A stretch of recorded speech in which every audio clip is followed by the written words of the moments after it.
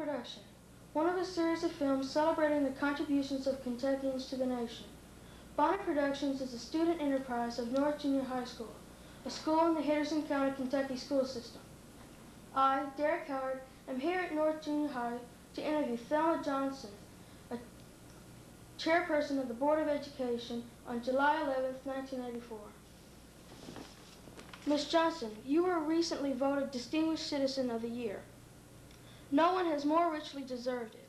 We are very proud that you serve the pupils of Henderson. It is said that you face Jim Crow every day of your life. Who is Jim Crow? Jim Crow is, of course, segregation based solely on one's color. In my particular case, I can remember as a child, if you went to the post office or went to the grocery, no one waited on you until they waited on all the whites around. And this kind of thing on up through life, when I get to the buses, you could not take a seat in front of a white person, much less sit on the seat beside him. You had to go, they had a sign up there, black seat from the rear to the front, white seats from the front to the rear. But the trick was this: when the whites got on, they wouldn't seat from the front to the rear. They'd go back almost to the rear, so that all the seats in front of them were reserved for whites. So you had to go back and sit in the back, and those 2 or 3 seats they left, if they soon got filled, you had to stand up, even though you paid the same fare. That's what got Rosa Parks. But she decided she was not going to do that anymore. So she took a seat in front of a white. That's why they put her in jail. And that started the Martin Luther King's great campaign, of course. But this has gone on, and even since I've been in Kentucky, I stayed in extension work a long time. I was the only black in my area, which meant that when we had area district meetings, I was the only black there. And I've actually been in a meeting when an official was there from, I guess Washington or somewhere, and I had to sit and listen to him crack jokes about the old colored preacher and this kind of thing. And I was tempted once, and in fact I made up my mind. I said, well, if after lunch, when he comes back, they always ask you, now that he's finished delivering this thing, do you have a pressing question that you want to ask? And I promised myself that if they asked that question, I was going to ask him if he belonged to a colored church, since he knew so much about the old colored preacher. But you see, I knew, that's right, smile, I knew had I interrupted him, that probably would have meant my job.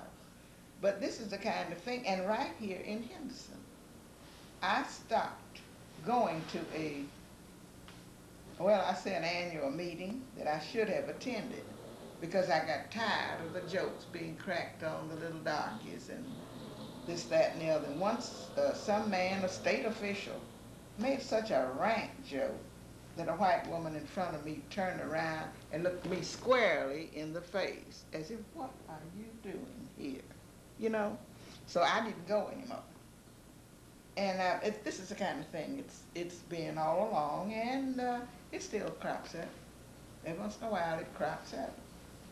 But this is the kind of thing that you face. Now, the difference is now, you can do more about it. You can fight back, because you can say, I don't have to move. And here's the thing about it: if you said too much back then, it meant you were going to get put in jail, or if you were a man, you'd get beaten up, or some such thing. So this is the kind of thing that I came up with. There's your question. Everyone has childhood memories. Your memories may be a bit different. Can you tell us about your education? Well, I remember a 2-room school.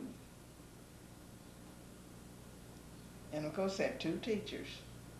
And that's where I started. And I suppose, like any other school, went on through elementary, grade school, and whatnot. But I remember the first book I had, they called a primer. And I tell you, I had to learn those multiplication tables. No, I didn't have this little computer that you have now. I don't use them. I don't need them. You know, I learned those tables. I still know them. But pretty much like yours, I suspect. But I certainly did have to learn reading, writing, arithmetic, and that kind of thing. And small town, small school. But I don't know, you had spelling. I don't suspect you ever had spelling this way, where the whole class stood up around the room and you had the head of the class and the foot of the class. You ever seen that? Okay. If you missed a word, the next fellow spelled it, he turns you down. In other words, he moved up one and you moved down one. You understand that? Okay, so it was always an honor to be the head of the class or near the head of the class. And that's what we did in spelling, and we had good spellers too. And you could write too. I get some stuff now I can't hardly read that high school graduates have written, and can't spell and a lot of things, but we could do that in 8th grade. It is rare that a lady of your race and sex got a college degree. Can you tell us about your parents' attitude toward you getting an education? Well, I never knew my father, because he died when I was small. My mother was a domestic. She wanted me to get all I could, but she couldn't afford it. She gave me what she could, but that was not very much. But I wanted an education, so I was willing to work for it. And I had, unlike the children of today, you can stay here in Henderson and finish high school. I had to go away to boarding school, even finish high school, simply because I was black. Because they only went to the 9th grade for blacks in that town. And they had high school for whites, but none for blacks. So I had to go away to high school, which meant I had to work, meant I had to work longer. So when I was at home, I had a job. I used to go to the mountains nursing with white families. I'd get a job and go away and work all summer. Go back to school, work at school. I worked in laundry. I worked mostly, I like to work best in the kitchen because I like foods, you know. And I took home ec, so I was always happy with that kind of job. But I wanted to go. I got it piecemeal, and I'd stop and work a while and then get a little money and go back until I finally got it. And that's what, there were plenty of other people in the same boat as I, but this is what we did. We wanted an education. And I say today, anybody who wants one can get it if you're willing to work for it. And there were no such scholarships. My scholarship was a job I had on the campus. Miss Johnson, what schools did you attend? Well, the school that I went to high school, of course, also had a college on the same campus. At that time, it was called Georgia State Industrial College. That's where I went after I finished the 9th grade. I finished high school there and started college there. That school is no longer in existence as such. They now call, on that same campus, is the Savannah State College. Georgia State College, which was originally for blacks, has been moved to Atlanta, and of course it's for black and white. It's a different kind of school altogether now. But in addition to going there, I went to Albany State College, which was also all black at the time. And those were the schools of all black. And later, and after I went there, I went to, I got my degree from Ohio State in Columbus, Ohio, but I also attended Cornell University of Summer and the University of Wisconsin of Summer.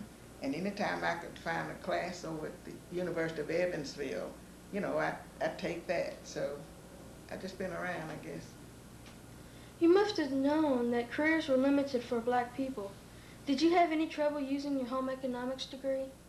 No, because when I started, everything was segregated. You see, you worked with blacks. And at that time, most girls who went to school, black girls especially, planned to be teachers, you see.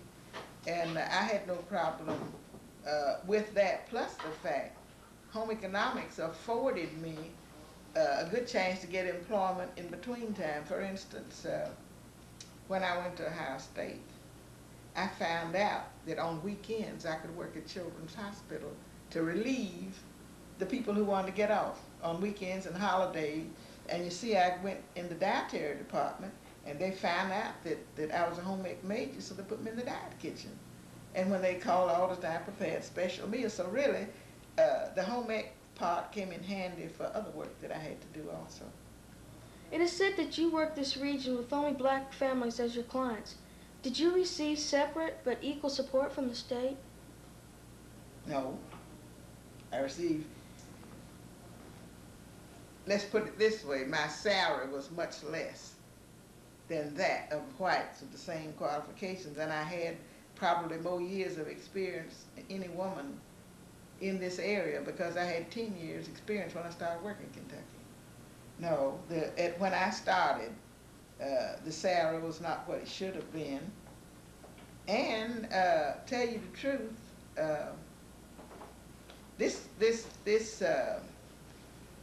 there were not as many blacks in one county to require a worker here. So I think Henderson County, if I'm not mistaken, put up $200 a year for a black home demonstration agent to come here and work with the people. The government and the state paid all of my salary. That $200 was for office. That's office and ink and this kind of thing. And they just tacked Davis County on to give me enough people, to work with because they didn't contribute anything to it. That's why the office was in Henderson.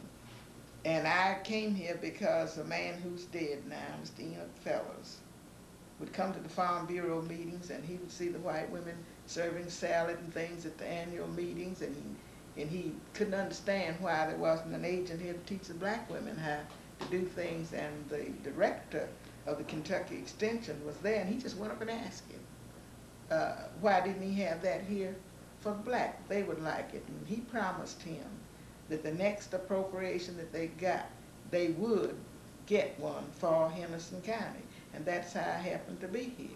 Because I had worked in Georgia and I had a friend in Hopkinsville who knew that they were going to put somebody here, and I was in Louisville at the time, so he told me to get in touch. And they were happy to get someone who had as much experience as I'd had, because that meant they didn't have to send me to another county to learn from another agent, you see, so they could send me right on here, and I started right on. But no, I didn't get, and it was not until about 5 years, I guess, before my retirement, because I started raising a little stink on my own, and about this salary proposition and a lot of other things.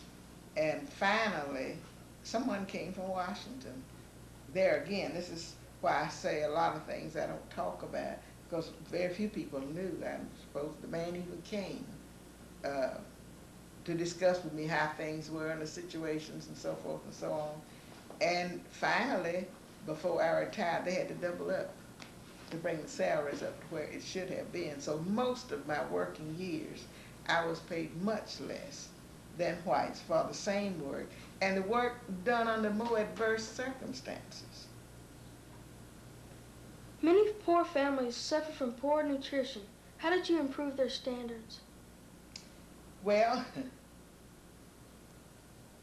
we realize as workers, we never know. You actually don't know how much good you have done a person. Now, I could tell we taught many things. I might be able to tell whether I've taught them anything about housekeeping methods by visiting them when they are not expecting me. You see, if I drop in at mealtime to see how things are prepared. But there's one thing about this extension program in Kentucky. You see, you taught the women what they wanted to learn. You see, I didn't go out and say, well, we're going to study this year. We asked them, what do you want to study? And of course, we had to, I thought maybe they should have been studying nutrition. They weren't crafts, you see. But as you work and as you learn, as you study, sometimes that's the most beauty some people get in their lives, is something pretty that they can make to have around. So all we did was try to make it simple for them and showing them how to prepare things and improving the nutrition is something you just have to guess about. If we can get them to eat better and prepare their food better. One of the hardest things to stop them to do was overcooking vegetables, That is old theory that you cook this thing a long time rather than just cooking cabbage until they're tender, cooking broccoli until it's tender. You know, if you cook broccoli until it's brown, it's not very palatable even, but a lot of people still do it. But this is the kind of thing you have to do. And then with women, I said, well, you cook your cabbage 5 minutes. My husband won't eat it. So I shut up. Because the husband's the head of the house and he's buying the food. And I'm not going to have her getting in trouble with her husband by doing what I say ought to be done. So I just have to guess that nutrition has been improved. You go into the homes, you demonstrate, you show them how to prepare things, and then hope that they do it when you're not there. Many families in the black communities are and have been one-parent families. How did you keep from being depressed with this situation? Well,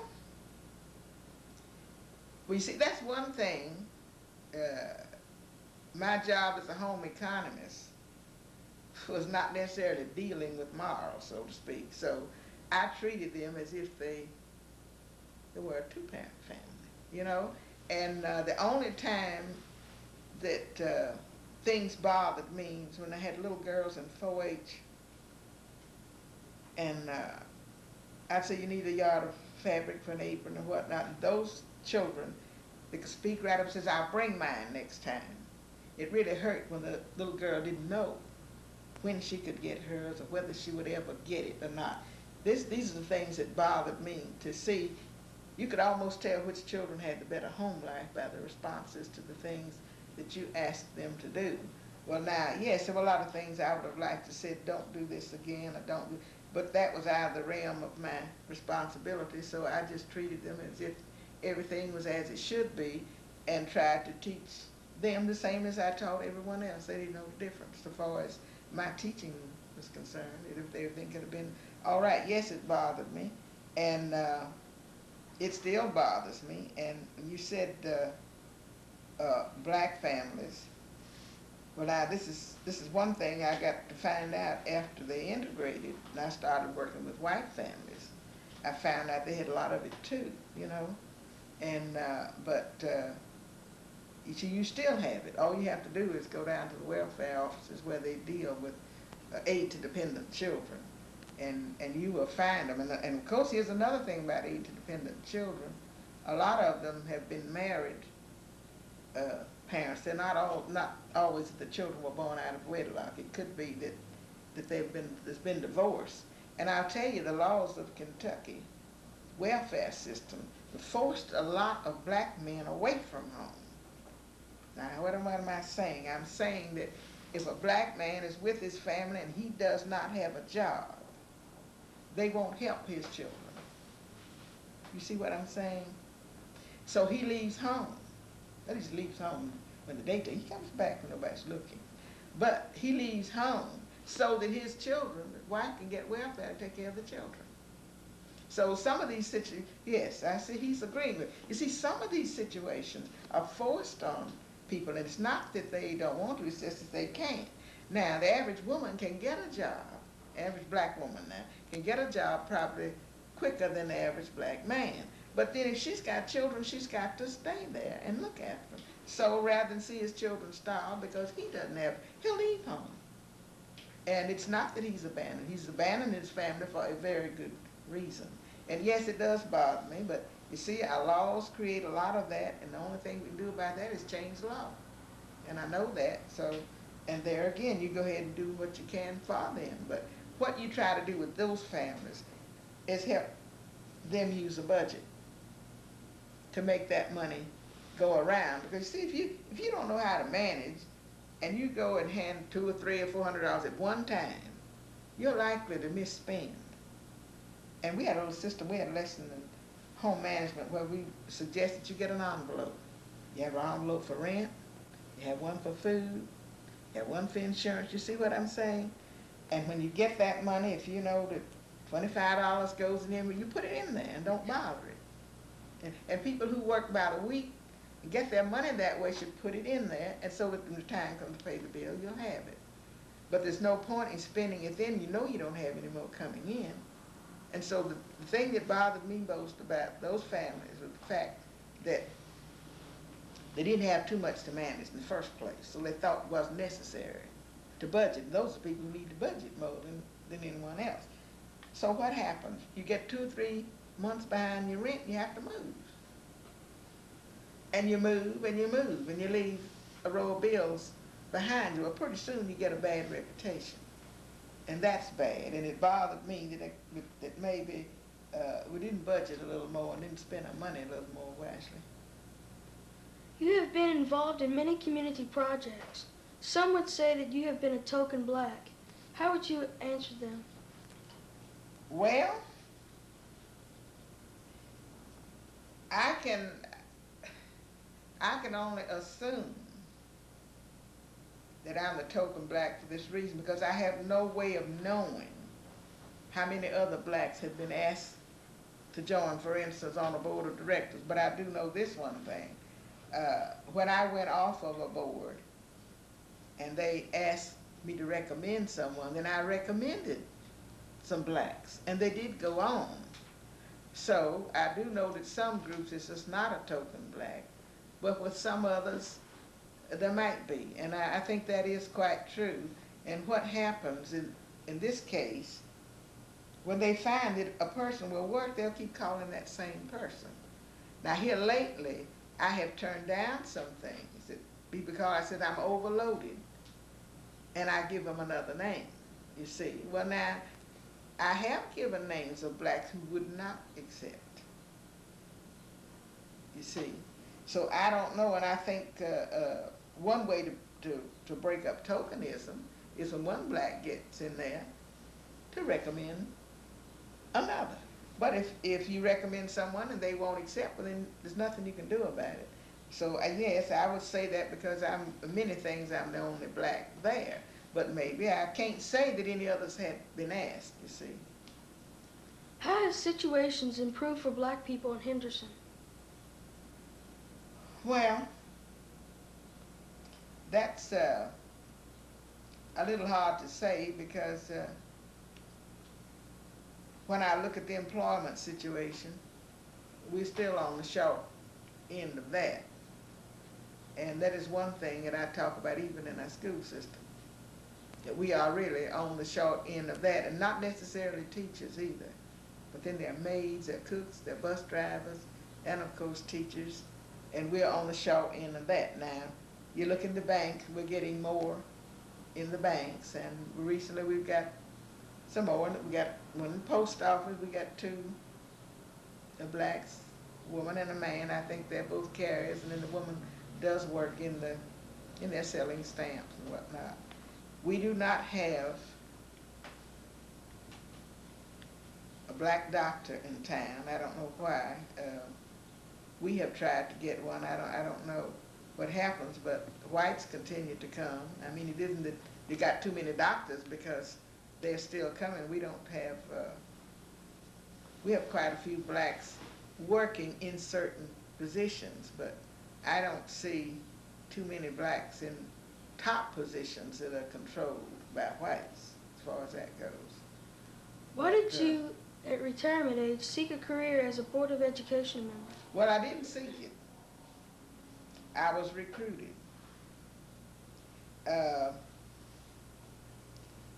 You may have heard the name H.B. Kirkwood. He's the late H.B. Kirkwood now. But I think through the efforts of the State Human Rights Commission, they were encouraging blacks all over the state to run for the boards of education, because they were having so many problems with so few black teachers in schools. I mean, not necessarily here. It had to be a statewide situation. And they were encouraging certain people within the town to get someone that they thought would be right for the position. And when he called me, I said, no, I don't want to go on the Board of Education. I didn't think about running for anything. And he said, oh, you think about it. And he's a very quiet person. He said, well, you just think about it. So I went on and didn't think too much about it. Then he called me again. And he went on to say, you have the time, and he assumed that the contact I had had on my job, that I had made a lot of white friends too, you see, with the job I had. And I thought about it. I said, well, now Henderson has been pretty nice to me, and nobody's ever asked me to do anything that big, and maybe I will. And he said this, he said, well, I tell you, this is a good year for it. So this is a good year, first of all, for a woman. And said it's a good year for a black. And said, I think you, if one could do it, you would be the person who probably could do it. And I said, well, I tell you what, I says, I will if you'll try to get somebody else also. I said, I don't want to be handpicked. I said, now I want you to approach some other people also. And so they had a meeting, and a lot of other people were nominated. They all turned it down. They didn't have time, or they this, that, and the other. And after, after so long a time, they said they'd support someone. So I said, okay. So we all just got out and worked. That's it. But it never occurred to me. Miss Johnson, what do you feel are your successes as a member of the board? Well, I don't know how successful I've been, but I do think I've gotten along quite well with everyone. I think that was one thing I had to do, establish relationships, And I'm quite sure a lot of people were a little fearful when I came onto the board, because the black community was very dissatisfied with a lot of things that's happening to students, and they still are for that matter. But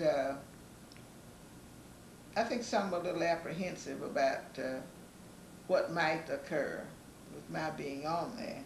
And of course, sometimes your very appearance, what you say, what I want to avoid the appearance of evil. A black on the Board of Education would, there'd be less evil going on. If anything went on, it'd have to go on outside, because there's be one there. If it had to be voted on, there it is. So nothing too rank is going to come that way. And of course, this was the feeling, I think, when I went on. But as to say whether I've been successful, I think, though, no one is fearful of me, that I'm going to try to do something underhanded. And I know that I have one vote. And there's no point, I have sense enough to know that there's no point in my bringing up something arbitrary that nobody's interested in. Maybe I wouldn't get enough votes to get it done, you see.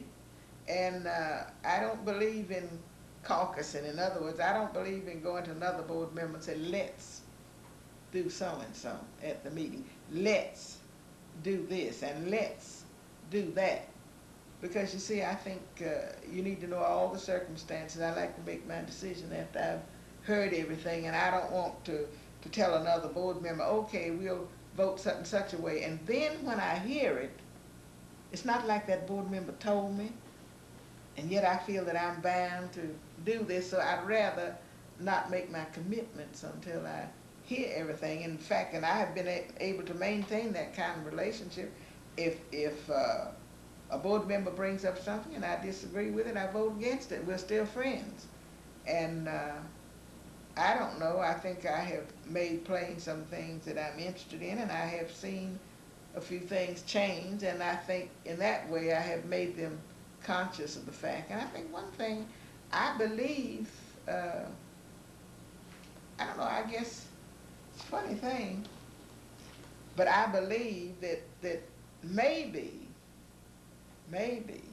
I have given some people a different appreciation for blacks in a way. Maybe. What do you see as the future of education in Henderson? Well, I know everything that's available in the state that's good, our present staff will get it here. That I'm sure of.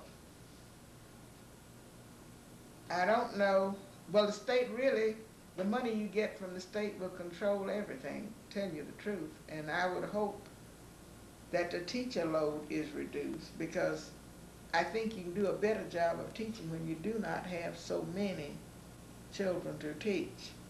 And I'll say this, I don't know, I think a lot of teachers everywhere have talked about they're doing a lot of babysitting. What I mean by babysitting, keeping order, I mean discipline. Well, I think that maybe some of the mixture is not quite right. I really, and when I hear so much unrest where blacks are concerned, I don't think they see enough black faces in authority. You know what I'm saying? I think we need some black principals or black assistant principals.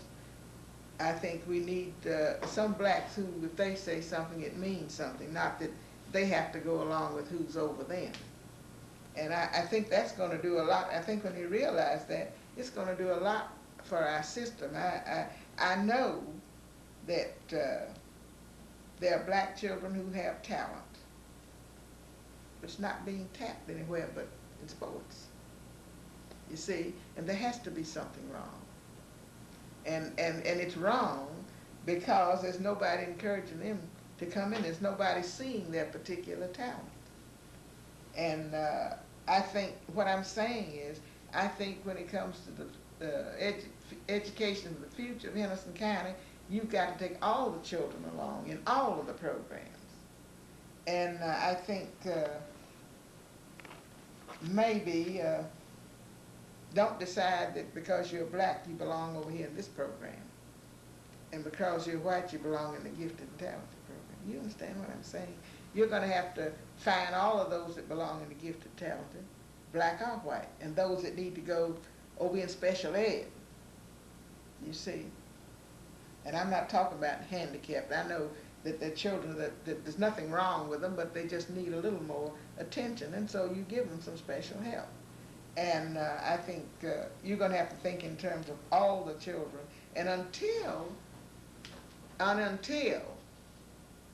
you can carry all of the children, not just a few of them, because you see, I happen to know one thing too, that there are some white children who suffer the same fate as black children. I know that too.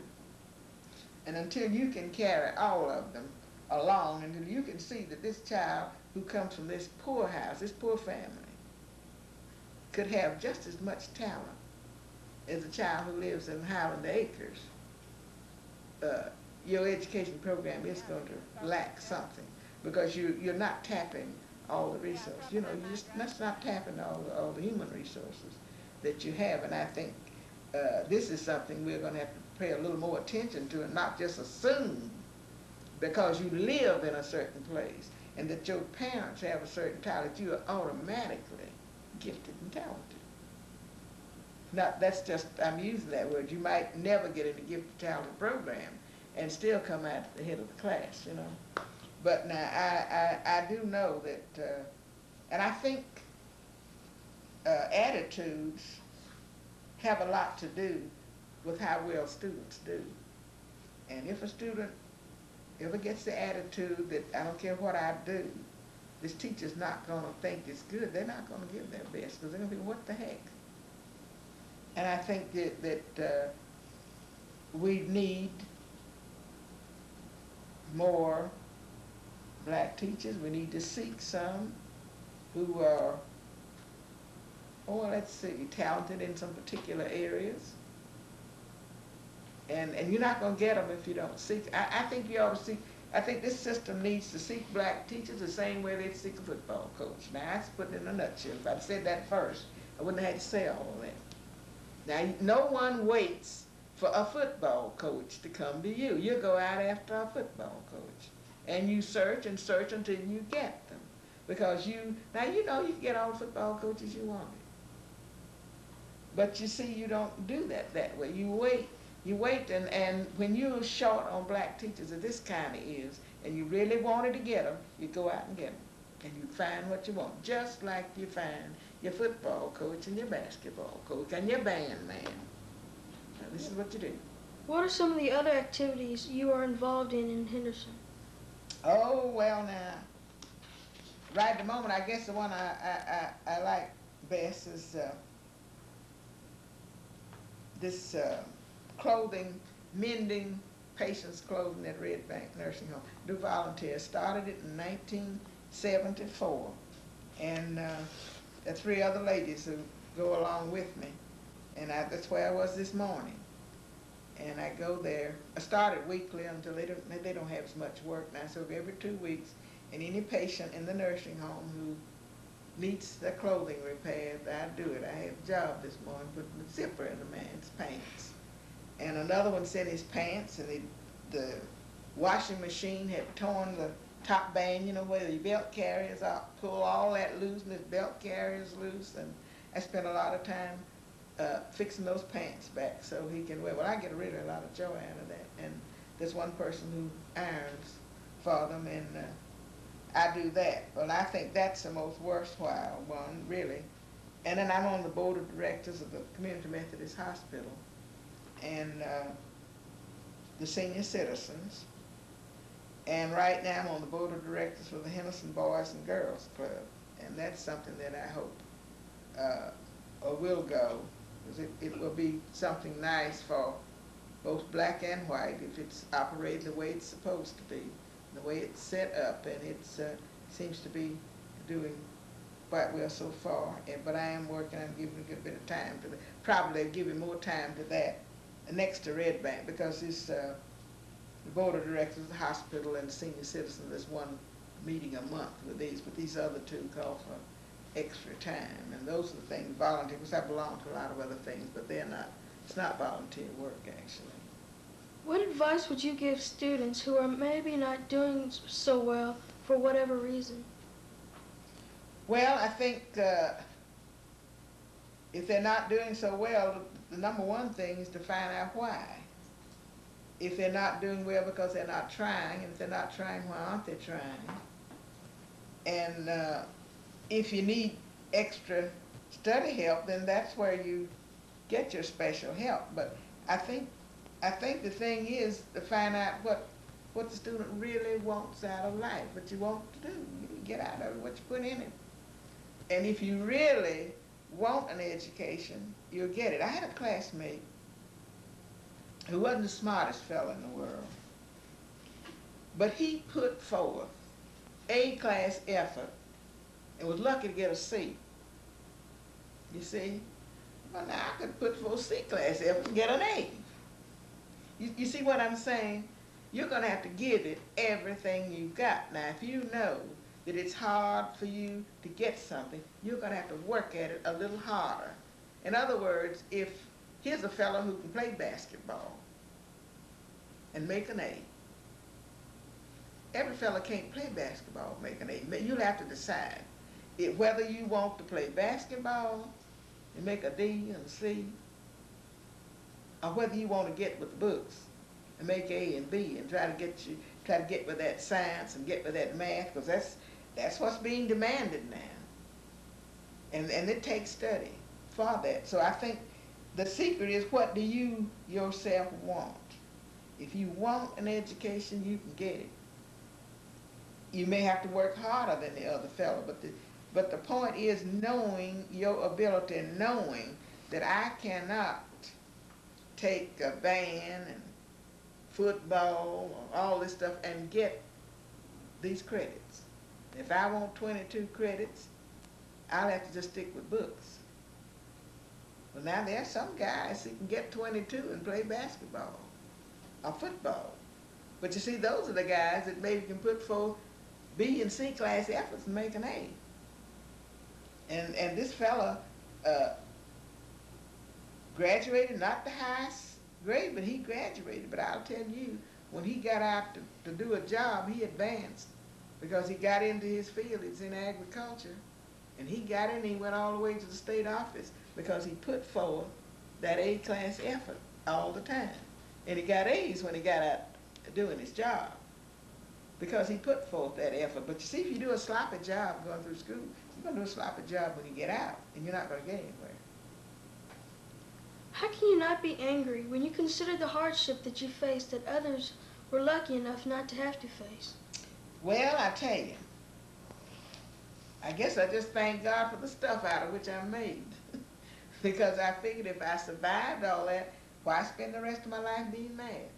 Because when I do get angry, I'm absolutely miserable. You see what I'm saying?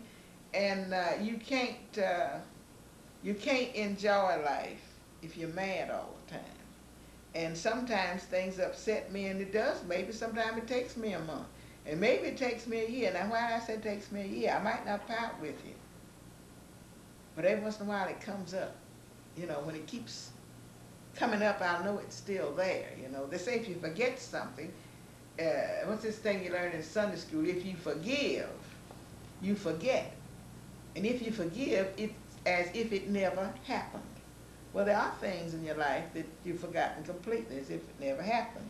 But I have found out this one thing: if the Lord spared me to survive all of that, then I should be grateful enough not to be mad with anybody about it. And this is, the problem has been that we've not had the opportunity to prove that we could do it. Now, something happened to me when I first went on the Board of Education that I could have used anger.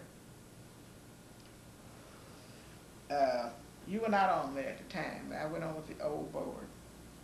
I'm sitting there and my name is in front of me. Somebody came there from the highway department. He wanted something. He went around, he shook hands with everybody. One white gentleman was sitting here, and he shook hands, walked past me, and shook hands with everybody there. Called them by their name. And when he got ready to spread out this map that he wanted everybody to come to see, he went up where the superintendent sits, and he spread the map out. They called him, everybody got up, moved. I didn't move, I just sat there. So the superintendent was very aware of what had happened, but after all, he was not the chairman. But when we went that far, I think he felt like I must intercede now. So he said to the man, he said, "That's Miss Johnson, a board member." And then he turned around and spoke to me. I thought, well, the big eight saw my name there all the time. He knew who it was, you see. But, and they went over there, and after he told them who I was tempted not to go and look at the map.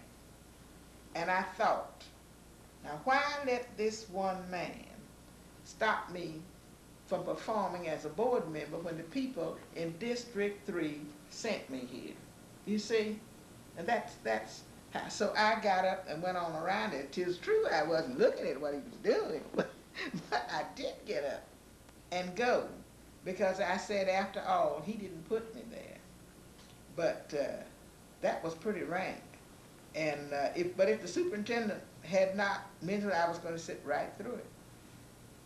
But he was a big guy. He just blustered all over, and it was so noticeable. The people in the audience didn't even. You can tell when people don't. If people in the audience, the other administrators and other visitors, everybody noticed it, you know. But they just sat there and looked. Of course, the chairman didn't know how to handle the situation at the time. I guess he didn't know. He didn't care. He didn't say anything, but the superintendent had to pick it up. It was really the chairman's place, but the superintendent picked it up. How would you like to be remembered? As one who did her best in whatever situation she found herself. Thank you, Mr. Johnson. Thank you.